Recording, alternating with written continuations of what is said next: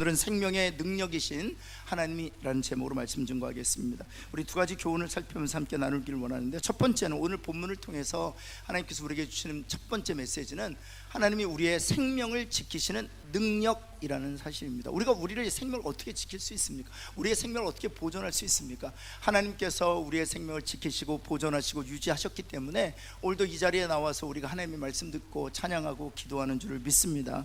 여러분, 다윗의 상황은 어떤 상황이었습니까? 2절과 3절에 다윗이 처한 상황을 다윗이 시편으로 이렇게 노래하고 있습니다. 우리 한번 2절 말씀 한번 볼까요? 악인들이 내 살을 먹으려고 내게로 왔다 하는 것입니다. 악인들이 무엇을 먹기 위해서 내게 왔다고요? 내가 네 살을 먹겠다. 혹시 여러분 이런 표현 들어보셨나요? 눈에 흙이 들어갈 때까지 내가 너를 가만두지 않을 거야, 이런 표현이에요. 이것이 사실 이제 히브리어적 표현입니다. 내 눈에 흙이 들어가기 전까지는 내가 너 가만두지 않아, 이런 표현이 내 살을 먹으려고 내게 찾아왔다라는 사실은 그런 표현이에요.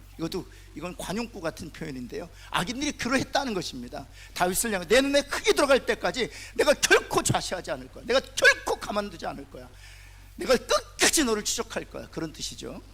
여러분, 뿐만 아니라 3절 말씀에 보면 그 악인들이 한둘이 아니었음을 알 수 있습니다. 그 악인들이 무엇이 되었다? 군대가 되었다는 거예요. 군대가 되었다. 나를 대적하여 진치고 있다. 견고한 진을 지금 치고 있다는 것입니다. 그리고 심지어 전쟁을 일으켰다는 뜻이죠. 바로 그것이 다윗이 처한 상황이었습니다. 우리가 잘 아는 것처럼 사울이 그러했습니다. 뿐만 아니라 왕이 되어 나서도 블레셋 군대로부터 수많은 고비들을 넘어서야만 했었지요. 그런데 그런 상황에서 내가 눈이 흙이 들어갈 때 내가 너를 좌시하지 않겠어, 가만두지 않겠어, 내가 끝까지 너를 추적할 거야. 그리고 군대가 되어 전쟁을 일으키고 있는 상황이야. 전쟁이라고 하면 여러분, 가정도 아내도 그렇고 밖에도 그렇고 소란한 거예요. 소란한 거예요. 많은 사람들이 두려움에 사시나무 떨듯 그런 상황인 거예요. 그런데 3절 말씀에 보면 다윗의 그 마음의 상태를 이렇게 표현하고 있습니다. 내 마음이 어찌하다? 두렵지 않다는 것입니다. 나는 여전히 어떤 상태다? 태어나다. 여러분, 옆에 있는 분에게 이 축복이 당신의 축복 되길 바랍니다. 한번 할까요? 두렵지 않아서 두렵지 않은 것이 아니에요. 상황이라서 태어나게 된 것이 아닙니다. 그럴 수 없는 상황, 두려울 수밖에 없고 좌불안석일 수밖에 없는 상황이에요. 그럼에도 불구하고 하나님께서 다윗의 마음을 두렵지 않도록 태어날 수 있도록 평강과 평안의 은혜를 허락해 주셨다는 사실입니다. 어떻게 그게 가능한가? 1절 말씀에서 이런 고백을 합니다. 이것을 나의 고백인 줄 알고 한번 같이 한번 읽을까요? 1절 전체 다 읽겠습니다. 시작. 여호와는 나의 빛이요 나의 구원이시니 내가 누구를 두려워하리요. 여호와는 내 생명의 능력이시니 내가 누구를 무서워하리요. 내가 누구를 두려워하고 내가 누구를 무서워할 것이냐는 거예요. 왜냐하면 하나님만이 나의 빛이시기 때문에, 어둠을 제거하는 빛이시기 때문에, 또 뿐만 아니라 전쟁으로부터 대적으로부터 나를 건지시는 구원의 하나님이시기 때문에, 그리고 생명을 지키시는 능력이 바로 우리 하나님이시기 때문에 내가 두렵지 않다라고 얘기하는 것입니다. 사랑하는 성도 여러분, 하나님은 저와 여러분의 빛이시요 구원이시요 생명을 지키시고 보존하시는 능력인 것을 믿는 저와 여러분 되기를 예수 그리스도는 축원합니다. 여러분, 무엇을 통해서 우리가 확증할 수 있습니까? 예수 그리스도 십자가, 그것을 우리에게 확증해 주고 있는 것입니다. 어둠 가운데 있었던 저희들, 그런 예수 그리스도의 십자가로 말미암아 우리 가운데 빛을 허락해 주셨습니다. 우리는 구원이 없었던 존재들이었습니다. 그러나 십자가 말미암아 우리를 죄와 사망과 저주와 심판의 권세로부터 건져내어 주셨습니다. 더 나아가서 생명이 존재하지 않았던, 생명이 없던 존재들이었습니다. 그러나 그리스도의 십자가로 말미암아 저와 여러분에게 생명을 주셨죠. 그것도 영원한 생명을 주셨습니다. 그러기에 빛이시요 구원이시요 생명을 지키시는 그 능력이 하나님께서 오늘 삶에서 만나는 모든 문제로부터도 지키시고 건지실 뿐만 아니라 생명을 지키시고 보호하시는 하나님이, 그것을 굳게 믿는 저와 여러분 되기를 예수 그리스도는 축원합니다. 이렇게 여러분 한번 같이 따라했으면 좋겠습니다. 죄와 사망에서 건지신 하나님이, 좀 크게 할까요? 죄와 사망의 권세로부터 건지신 하나님이 오늘의 문제에서도 건지실 줄 믿습니다. 아멘? 이게 확신이에요. 우리가 갖고 있는 확신이에요. 사랑하는 성도 여러분, 그래서 5절 6절이 구체적인 하나님께서 하신 일이에요. 이 믿음에 대하여 하나님께서 어찌하셨는가? 5절 말씀 한번 볼까요? 5절 말씀에 보면 어찌하셨는가? 환난 날에 나를 어찌하셨다? 지키셨다는 겁니다. 이 믿음의 결과를 다윗은 본 거예요. 악인이 살을 먹으려고 내게 다가오고 대적이 나를 대하여 진치고 전쟁이 일어나 불안한 상황이 있었지만 빛이신 하나님, 구원의 하나님, 생명을 지키는 능력의 하나님을 의지한 결과 그 믿음이 현실이 된 겁니다. 지키셨다는 겁니다. 환난 날에. 또 뿐만 아니라 나를 숨기셨다는 것입니다. 높은 바위 위에 두셨다는 건 무엇입니까? 바위가 흔들려요, 안 흔들려요? 흔들리지 않습니다. 요동치 않도록 하나님께 나를 견고히 지키셨다, 그런 뜻이에요. 사랑하는 성도 여러분, 오늘도 하나님은 나의 빛이시요 나의 구원이시요 나의 생명을 지키시는 능력인 줄을 믿습니다. 그리할 때 하나님이 우리의 삶에서 지키시고 숨기시고 흔들리지 않도록, 요동하지 않도록 우리를 붙드시는 하나님의 놀라운 능력을 우리의 현재의 삶에서 경험하게 될 줄을 믿습니다. 여러분, 하나님께서 요셉에게 꿈을 주셨잖아요. 요셉은 하나님의 꿈을 이루며 사는 그런 비저너리였어요. 그런데 요셉의 삶에 누가 등장하냐 하면 그 하나님의 꿈을 망하게 하려고 하는 이들이 등장합니다. 첫 번째는 형제들이에요. 두 번째는 보디발입니다. 세 번째는 바로 그 감옥이라는 상황이에요. 여러분, 계속해서 하나님의 꿈을 저해하려고 하는 세력들이 계속 등장해요. 그런데 여러분, 어떻게 되었습니까? 요셉에게 주신 하나님의 꿈, 그리고 그 비전이 결국엔 이루어졌다는 거예요. 아무리 막아서려고 하고 사단이 형제들을 격동하고 보디발과 보디발 아내를 통해서 하나님의 꿈을 저지하려고 해도 하나님의 꿈은 이루어졌다는 것입니다. 사랑하는 성도 여러분, 사단이 아무리 막강한 세력을 동원하고 또 이 세상에 있는 보디발과 같은 사람들을 동원해서 하나님의 꿈을 저지하려고 해도 하나님께서 우리를 통해서, 우리 자녀들을 통해서, 우리 손주를 통해서, 우리 기업과 일터를 통해서, 우리 교회를 통해서 하나님의 꿈을 이루어 가실 것을 믿는 저와 여러분 되기를 예수 그리스도는 다시 한번 축원합니다. 제자들 역시 마찬가지입니다. 제자들에게 땅끝까지 이르러 내 복음의 증인이 되리라 하는 이 하나님의 꿈을 주셨습니다. 그러나 사도 바울이 복음 전할 때마다 그냥 복음이 그냥 순전히 전해졌나요? 쉽게 전해졌습니까? 그렇지 않습니다. 가는 곳마다 유대인들이 사사건건 핍박하고 받게 했습니다. 로마 위정자들로부터 계속 고난을 당했어요. 그러나 결과 어떻게 되었습니까? 하나님이 이기셨어요. 사랑하는 성도 여러분, 두려워하지 맙시다. 담대합시다. 우리의 가정과 삶에서, 우리의 교회 공동체에서 하나님의 뜻이 하나님을 통해서 이기고 승리하게 될 줄을 믿습니다.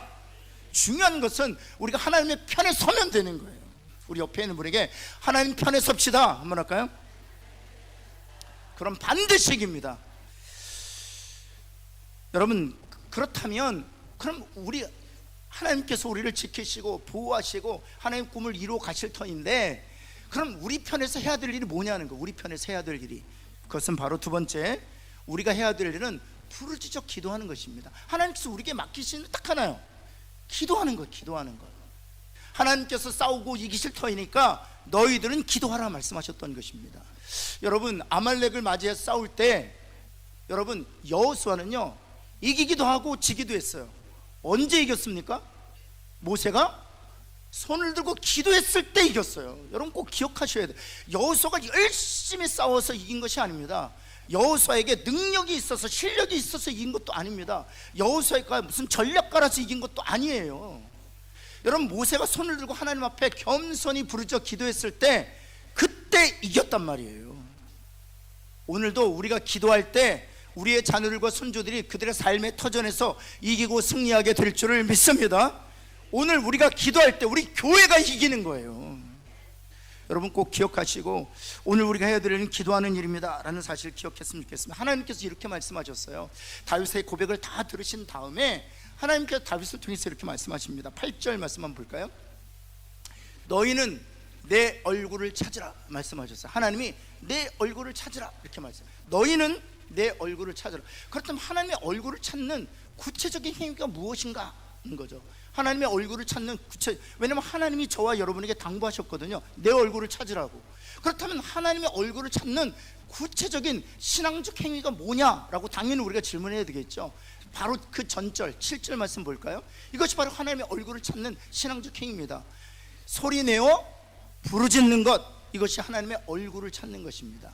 사랑하는 성도 여러분, 소리내어 부르짖음으로 하나님의 얼굴을 찾는 저와 여러분 되기를 예수 그리스도 여러분 다시 한번 축원합니다. 오늘 이 밤이 그 밤 되기를 간절히 소원합니다. 부르짖어 기도할 때 하나님께서 당신을 드러내신다는 거예요. 여러분, 이 얼굴을 한다는 것은 얼굴 보고 싶어서 얼굴을 찾는 것입니까? 아니에요. 시내산에 올라가서 모세가 단 한 가지 구한 것이 있습니다. 하나님을 향하여 단 한 가지 구한 것이 있습니다. 무엇을 구했습니까? 하나님의 얼굴을 제게 보여주옵소서. 하나님의 얼굴을 제게 보여주옵소서. 근데 하나님께서 얼굴을 보여주셨죠.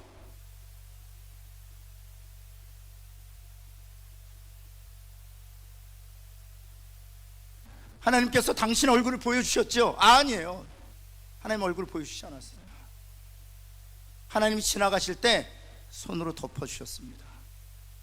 그리고 지나가신 다음에 모세는 하나님의 등을 보았어요. 여러분, 왜 하나님의 얼굴을 보여주시지 않은 줄 알아요? 하나님의 얼굴을 보는 순간 즉시 죽임을 당해야 되기 때문에. 여러분, 그런데 놀랍지 않습니까? 하나님의 등만 살짝 보았는데 시내산에서 모세가 내려올 때 얼굴을 수건으로 가려야 했어요. 단순히 얼굴이 빛나서일까요? 아니요. 그는 하나님의 능력을 입게 되었기 때문에, 하나님께 온전한 능력을. 여러분, 지금 내 얼굴을 찾으라고 말씀하시는 것은 내게 나와 내게 속한 능력을 입으라고 말씀하시는 거예요. 그 능력을 입기 위해서는 소리내어 부르짖어 기도해야 된다는 사실이에요. 오늘 밤에 우리가 소리내어 부르짖어 기도할 때 하나님의 능력이 우리 안에 임재하게 될 것이요, 그 능력을 가지고 있다면 우리는 변화된 삶을 살아가게 될 줄을 믿습니다. 여러분, 그래서 구체적인 기도 제목들 한번 보시면은요, 여러분 네 가지인데요. 짧게 보시면 첫 번째, 오늘 이 특별히 9절에서 13절, 12절까지 네 가지 기도 제목을 하나님께서 구체적으로 주고 계시는데요. 나를 버리지 마시고 떠나지 마소서, 이렇게 기도하라고 말씀하십니다. 9절 한번 볼까요? 다윗이 이런 기도를, 내 얼굴을 찾으라 하나님 말씀하셨잖아요. 그리고 나서 9절에서 하나님의 얼굴을 찾는 구체적인 기도 제목들이 나오는 것이죠. 주의 얼굴을 내게서 숨기지 마시고 주의 종을 도하여 버리지 마소서, 나를 버리지 마시고 떠나지 마소서. 무엇을 말하는 것입니까? 왜 다윗에 대하여 하나님이 노하신다고 말하는 것입니까? 여러분, 하나님께서 신자들을 향하여 분노하시는 이유는 딱 하나입니다. 하나님이 신자들을 향하여 분노하시는 이유는 딱 한 가지예요. 하나님이 다윗에 대하여 분노하셨던 이유 딱 하나입니다. 다윗이 범죄했을 때. 지금 다윗은 하나님의 얼굴을 찾을 때 제일 먼저 하나님 앞에 나아가서 기도했던 것은 자신 안에 숨겨져 있던 은밀한 죄악들을 인식하고 하나님 앞에 나아가, 하나님, 그 죄로 인하여 하나님 노하지 말아 주옵소서, 나를 버리지 마시고 나를 떠나지 말아 주옵소서 라고 자신의 죄의 문제를 직시하고 하나님 앞에 기도하는 거예요. 사랑하는 성도들, 오늘 밤에 우리의 죄 문제를 내어놓고 하나님 앞에 기도하는 저와 여러분 되기를 예수 그리스도는 축원합니다. 여러분, 하나님을 좀 잘 이해하셨으면 좋겠어요. 우리가 지난번에도 함께 예레미야서 33장 3절 말씀 우리가 읽었잖아요. 이건 다 암송하고 있는 구절입니다. 예레미야 33장 3절 말씀 우리 같이 한번 암송하거나 같이 한번 읽겠습니다. 시작. 너는 내게 부르짖으라, 내가 내게 응답하겠고 내가 알지 못하는 크고 은밀한 일을 내게 보이리라. 이건 우리가 너무나도 잘 알고 있는 기도 응답에 관한 대표적인 성경 구절입니다. 근데 이 대표적인 성경 구절이 어떤 상황에서 주어진 것이라고요? 죄로 말미암아 완전히 회파된, 하나님의 징계로 인하여 철저히 파괴된 예루살렘 거민들을 향하여 약속의 말씀으로 주신, 죄로 말미암아 징계 가운데 있지만 철저히 무너지게 되었지만 그럼에도 불구하고 부르짖어 기도하라. 너희의 죄를 끌어안고 죄를 뒤집어쓰고 하나님 앞에 부르짖어 기도하라. 그리하면 크고 은밀한 일을 내가 보일 것이다 말하는 거예요. 죄로 말미암아 철저히 무너지게 되었을지라도 하나님의 신실하심과 하나님의 사랑과 긍휼을 의지하고 하나님 앞에 나아 죄를 뒤집어쓰고 기도하는 저와 여러분 되기를 예수 그리스도는 축원합니다. 그렇다면 그렇게 기도할 때 하나님께서 보여주시겠다고 했던 그 은밀하고 큰 일은 무엇입니까? 바로 8절 9절 말씀이잖아요. 8절 말씀 우리 한번 같이 한번 읽겠습니다. 시작. 내가 그들을 내게 범한 그 모든 죄악에서 정하게 하며 그들이 내게 범하여 행한 모든 죄악을 깨끗이 제거하겠다는 것입니다. 더 나아가서 9절 말씀에 보면 이렇게 하나님께 약속하셨어요. 세계 열방 앞에서 나의 기쁜 이름이 될 것이며 찬송과 영광이 될 것이다 라고 말해요.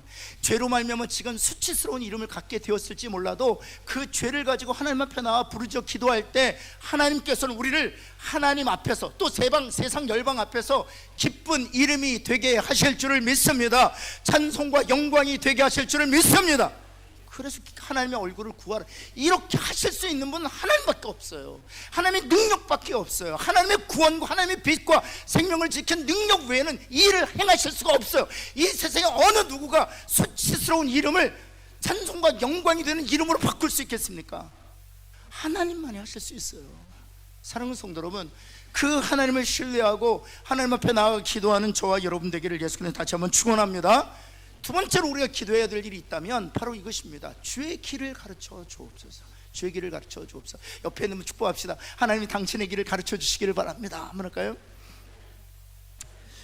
여러분, 그래서 11절에 여러분 이렇게 기도합니다. 여호와여 주의 도를 내게 가르쳐. 이 도라는, 여러분 혹시 길 가다가 도를 아십니까? 그게 그 도가 아니에요.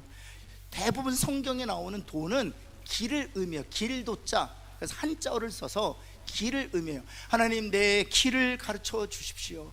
막막하잖아요. 어디로 가야 될지 모르잖아요. 여러 갈래의 길이 있잖아요. 그때 하나님 앞에 조용히 나와서 길 가르쳐 달라고 기도하는 거예요.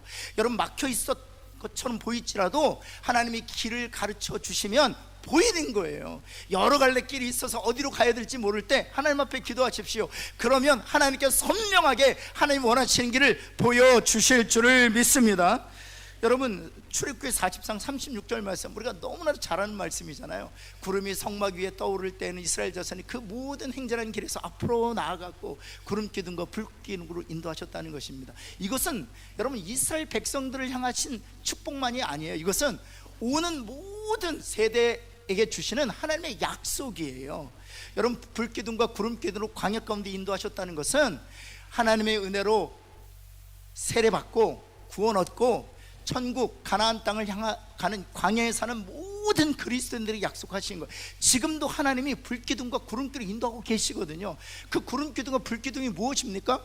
성령과 말씀으로 또 기도로 우리를 인도하고 계세요. 사랑하는 성도 여러분, 하나님께 우리가 나아가서 성령으로 하여금 하나님 우리의 길을 인도하여 주시기를 원합니다. 말씀을 펼 때마다 가야 할 길을 보게 하여 주시기를 원합니다. 기도할 때마다 선명하게 하나님의 길을 보게 하여 주옵소서. 간구하고 말씀을 펴고 성령의 인도하심을 구할 때 하나님이 오늘도 친히 우리를 인도하여 주실 줄을 믿습니다.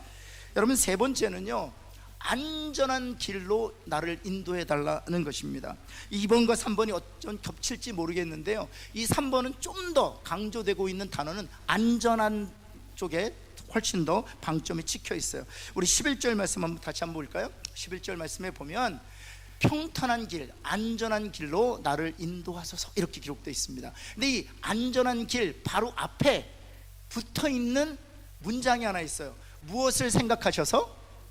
내 원수를 생각하셔서 안전한 길로 인도하고, 나에게 길을 보여주실 때 원수를 하나님 생각하셔서 고려하셔서 안전한 길로 인도하소서라고 말하고 있는 것입니다.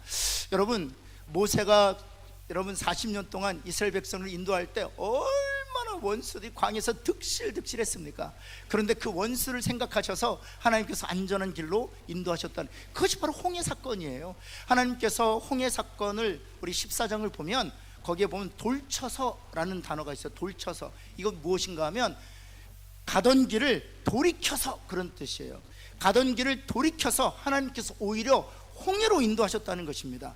여러분 우리 눈에는 홍해가 안전한 길이 아니에요. 거기는 막장이에요. 막장, 막다른 길, 빠져나갈 수 없는 곳이에요. 그런데 하나님께서 그 홍해로 인도하신 이유가 무엇입니까?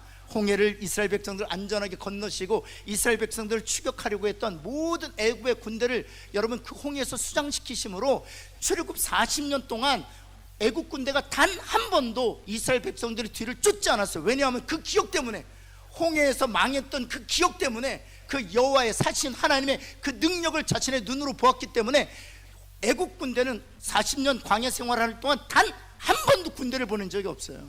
사랑하는 성도 여러분, 우리 눈에는 안전하게 보이지 않아도 이렇게 우리가 기도할 때 하나님께서 가장 안전한 길로 우리를 인도하여 주실 줄을 믿습니다.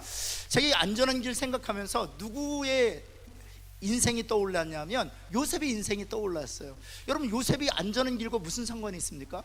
형제들의 시기와 질투로 인해서 여러분 정말 고된 삶을 살게 되었잖아요. 근데 보면 그 고된 삶 중에서도 가장 안전하게 인도하셨어요. 애굽의 노예로 팔렸잖아요. 애굽의 노예로 팔렸는데 여러분 왕의 시위대장 보디발의 집에 팔렸어요. 가장 안전한 곳으로. 여러분, 감옥도 그냥 잡범이 아니었어요. 감옥도 누구를 가두는 감옥이었어요? 옆에 있는 분에게 그나마 낫다 한번 할까요? 감옥 중에서도 왕의 신하를 가두는 정치범 수용소에 가두었어요. 여러분, 제가 요셉의 이결을 보면서 와, 이렇구나. 그 상황 가운데서도 하나님이 하실 수 있는 최선의 선택을 하셨구나. 여러분, 지금도 마찬가지예요. 우리 눈에 보기에는 좀 부족해 보일지라도 지금 상황에서는 하나님이 하실 수 있는 최선의 선택을 하셨다고 믿는 저와 여러분 되기를 간절히 소원합니다. 그 선택이 그 다음 미래와 하나님 뜻을 결정하게 된다는 사실이에요. 여러분, 마지막입니다. 마지막. 내 생명을 대적에게 맡기지 마소서, 이렇게 기도하고 있습니다. 12절 말씀 한번 볼까요?